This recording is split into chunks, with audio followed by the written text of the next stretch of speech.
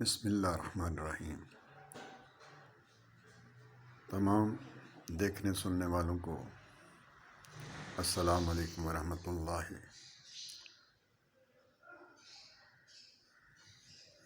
آج نماز جو وقت پہ پڑھتا ہے اس کے درجات بہت ہیں اور افضل ہے، اور باجماعت پڑھنا، مسجد میں پڑھنا، ادا کرنا۔ کل میں عید میلاد النبی کے پروگرام میں سفینہ میرج ہال میں موجود تھا۔ مغرب کی نماز میں نے وہاں پہ پڑھی، مغرب کی نماز میں نے وہاں ادا کی، اور اس کے بعد فوری طور پہ ہال میں آ گیا اور پروگرام شروع ہو گیا۔ مجھے ایک نہایت ہی افسوس ہوا، اور کافی دفعہ یہ دیکھنے میں آیا کہ ایسے پروگراموں کے اندر 50 مشہور قسم کے علماء دین بیٹھے ہوتے ہیں، اور وہ نہ تو وقت کی پابندی کرتے ہیں، نہ نماز کا دھیان رکھتے ہیں۔ کل وہ پروگرام رات کے 10 بجے ختم ہوا، اور آپ کو پتہ ہے کہ یہ کھانا وغیرہ بھی ہوتا ہے، سارا کچھ ہوتا ہے، اور لوگوں کو آدھا گھنٹہ کھانے میں لگ جاتا ہے، تو 10:30 11 بج گئے۔ کوئی 400-500 آدمی تھا وہاں پہ اس گیدرنگ کے اندر، ہال کے اندر۔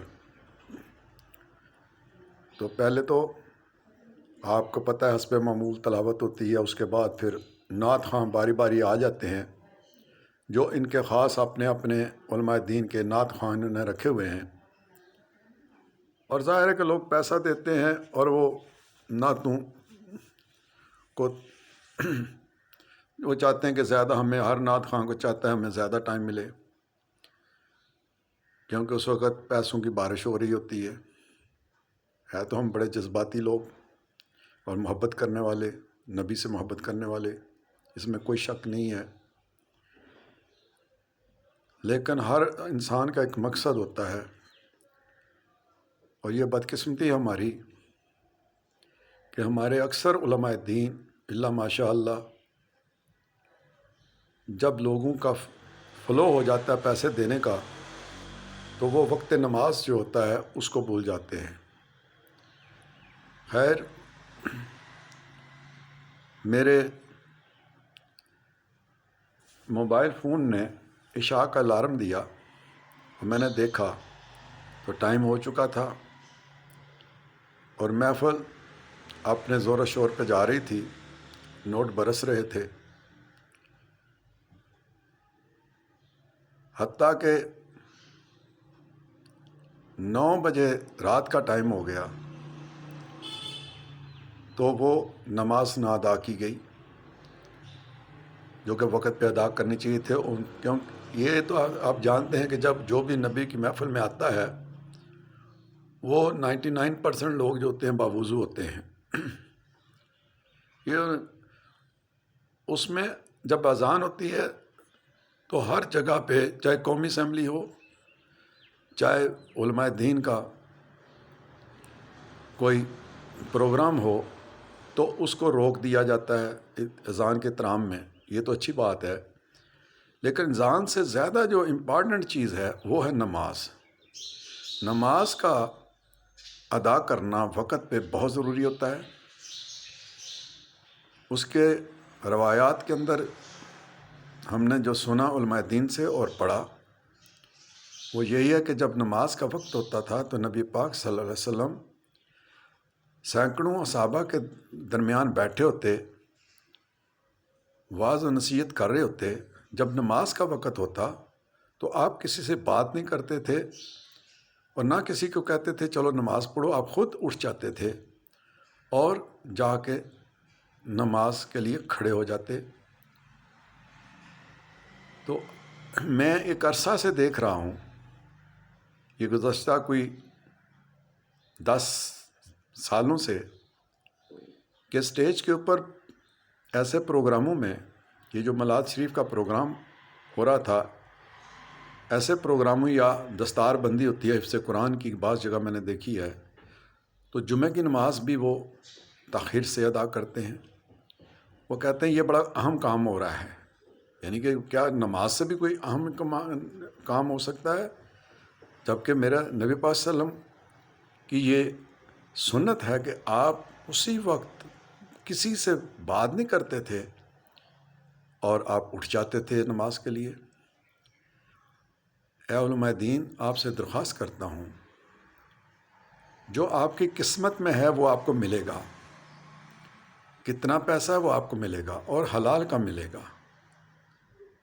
یہ حلال و حرام ہم خود ہی بنا لیتے ہیں چند ٹکوں کے لیے۔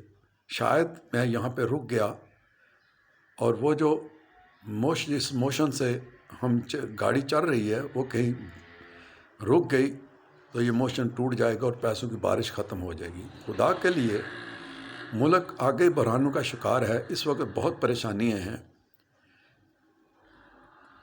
آپ ہمارے رہبر ہیں،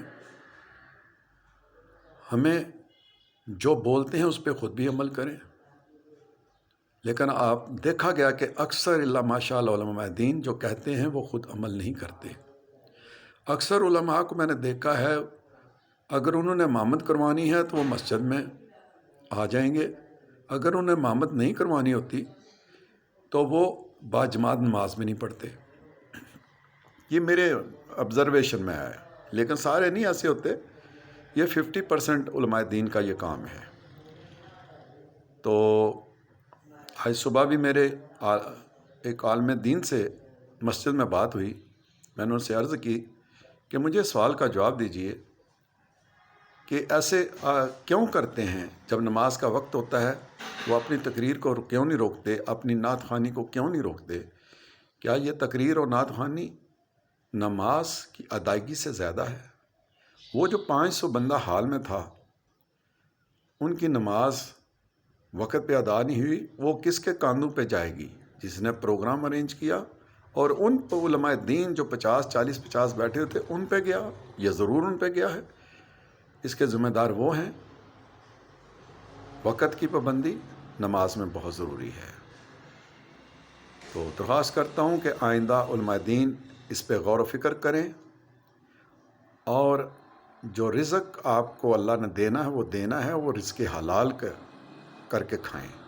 اسی کے ساتھ اجازت چاہتا ہوں، اگر کسی کو برا لگے تو برا لگے، میں تو حق کی بات کرتا رہوں گا اور آپ کے نوٹس میں لاتا رہوں گا۔ اللہ حافظ۔